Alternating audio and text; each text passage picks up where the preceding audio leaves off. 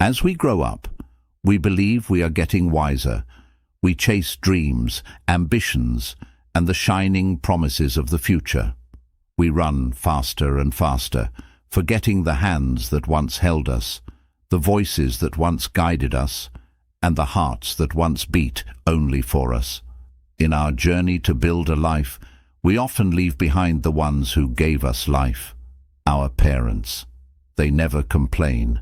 They never hold us back. They only wait, silently, patiently, and with the deepest love a human heart can hold. We don't see when their backs begin to bend or when their hands start to tremble. We overlook the quiet in their voices, the slowness in their steps, the way they pause before asking for something, as if they're afraid to disturb us, because we're busy. We tell ourselves it's normal. Life is fast, time is short, responsibilities are many. But in that rush, we fail to notice a heartbreaking truth. While we're busy growing up, they're growing old. There was a time when our lives were impossible without them. We needed their touch to fall asleep, their words to feel safe, their arms to feel strong. They fed us before they fed themselves.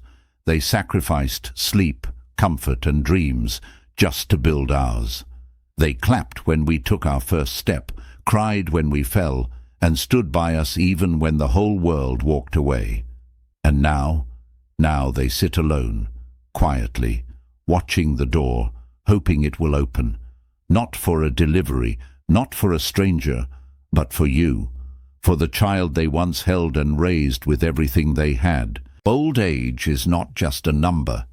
It's a slow fading of identity, a quiet surrender of roles, a creeping feeling of invisibility.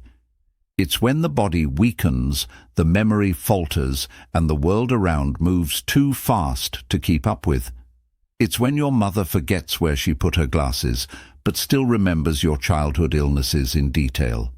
When your father forgets today's date, but remembers the exact moment you first called him Dad. It's when they start saying, "I'm fine," not because they are, but because they don't want to be a burden. They long for your voice, your presence, your time. They don't want fancy gifts or grand vacations. They want 5 minutes of your day, a cup of tea together, a conversation without rushing, a simple "How are you?" spoken not out of duty, but from the heart. Their joy now lives in the little things, your smile, your laughter, your embrace. But we're too caught up in notifications, meetings, deadlines, and endless scrolling to notice the pain in their eyes. We text strangers all day but forget to call the ones who raised us. And still, they love us unconditionally. Still, they smile when we visit late.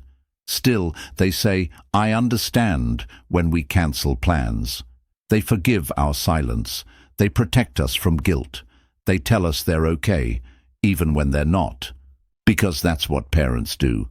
They give until they have nothing left and ask for nothing in return. But one day, their chair will be empty. Their voice will go silent. The phone will no longer ring with their name.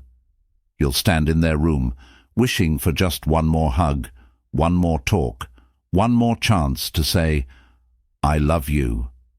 And all you'll have is memories, memories that either bring peace or regret. So don't wait. Don't put off the visit. Don't ignore the missed calls. Don't say, "I'll do it tomorrow." Tomorrow is never promised.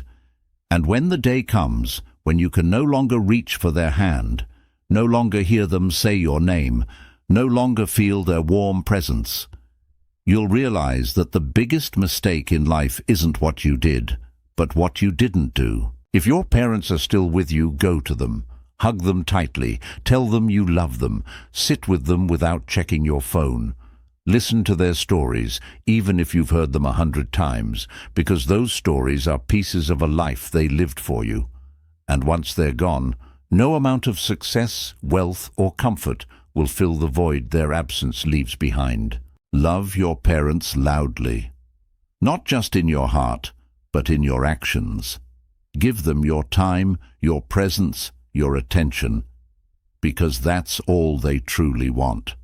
And one day when they're gone, it's the time you spent with them, not the gifts, not the money, not the grand gestures, that will matter the most. So be there, while you still can, not out of obligation, but out of gratitude. Not because you have to, but because you want to, because they were there for you when you had nothing. And now, in their last chapter, all they ask is that you don't let them walk it alone.